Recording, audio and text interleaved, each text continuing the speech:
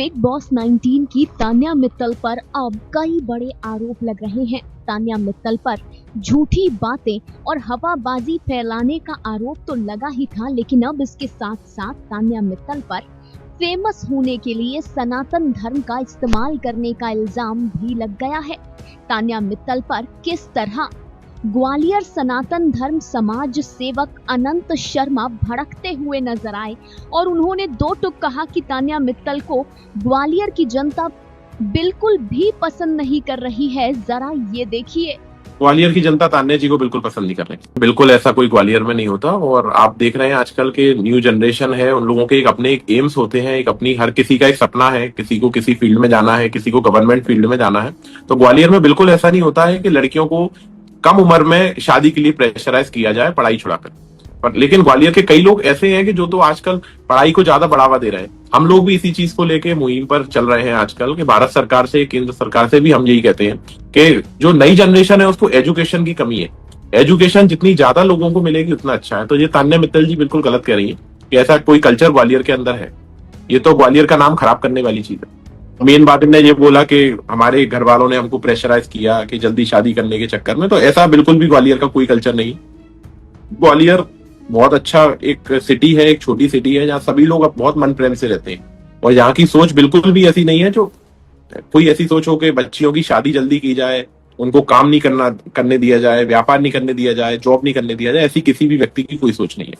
बहुत है, आज से अगर 20 साल पहले हम ग्वालियर को देखें तो ग्वालियर की सोच एक अलग थी। लेकिन अब जैसे जैसे नई जनरेशन आती जा रही है, नई पीढ़ियां आती जा रही है, तो उनकी सोच एक बहुत अच्छी है। और ग्वालियर मैं कहूंगा कि कहीं ना कहीं बहुत अच्छी सिटी है और यहाँ के लोग बहुत अच्छे हैं। जैसे तान्या जी ने ये जो बात बोली है कि यहाँ बच्चियों की जल्दी शादी की जाती है, तो कहीं ना कहीं लोगों के मन में ये चीज गुस्सा है। कहीं ना कहीं लोगों को बुरा लग रहा है कि आप ग्वालियर की निवासी होने के साथ साथ आप ग्वालियर का नाम इतना खराब कर रहे हो, आप ग्वालियर के बारे में इतना गलत बोल रहे हैं। तो ये कहीं ना कहीं चीज बहुत गलत। इतना ही नहीं, तान्या मित्तल की झूठी बयानबाजी पर भी अनंत शर्मा ने इन्फ्लुएंसर को एक्सपोज किया। नहीं, मैं आपसे बताना चाहूंगा कि मेरा भी बर्थ प्लेस ग्वालियर ही है।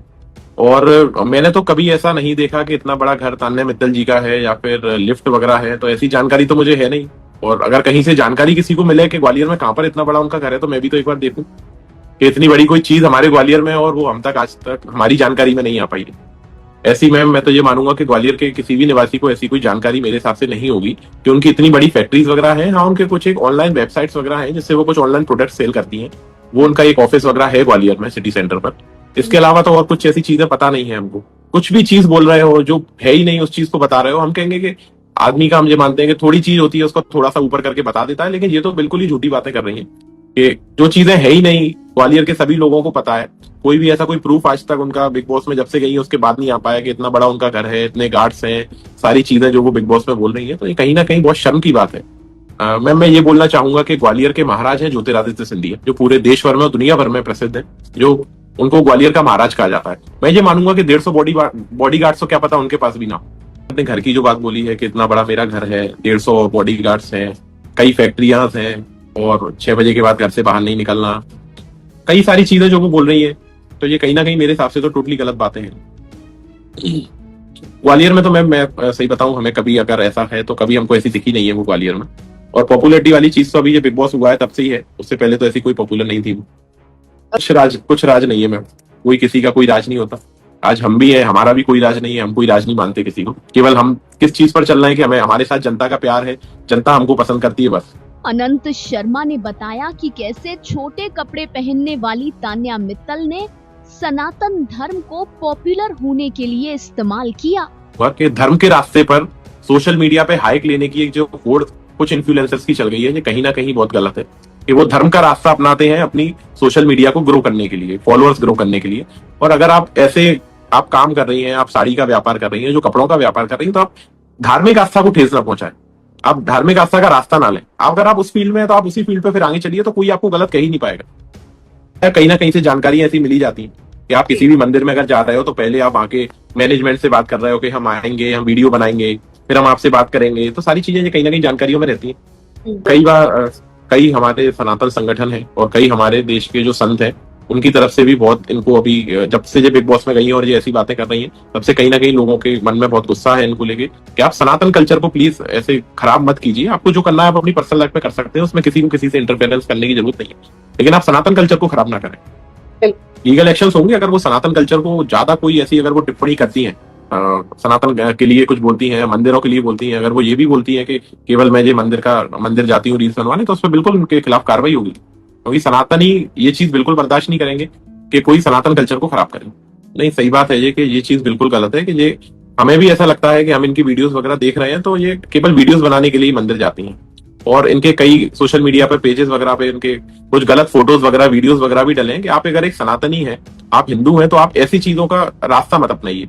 अगर आपको अपनी फील्ड बॉलीवुड में जानी है तो आप सनातन कल्चर को क्यों खराब कर रहे हैं। इस बात पर तो मैं यही कहूंगा कि मुझे ऐसा लगता है कि उनको खुद ही नहीं पता कि उनको क्या शब्द कहाँ पर बोलना है और क्या नहीं बोलना। कि आप अगर ड्रिंक नहीं करते, स्मोकिंग नहीं करते, तो जो व्यक्ति नहीं करता तो वो नहीं करता। आज हम ये चीजें नहीं करते तो नहीं करते, कोई कह भी नहीं सकता। अब आप उसी प्लेटफॉर्म पर आप बिग बॉस में ही ये बोल रही है कि मैं ड्रिंक नहीं करती, ये करती है, एक तरफ आप ये बोल रहे हो कि कभी आए हमारी हवेली पर। तो ये कहीं ना कहीं मुझे ऐसा लगता है कि उनको यही समझ में नहीं आता कि मैं कब क्या बोल देती हूँ, या फिर वो भूल जाती है।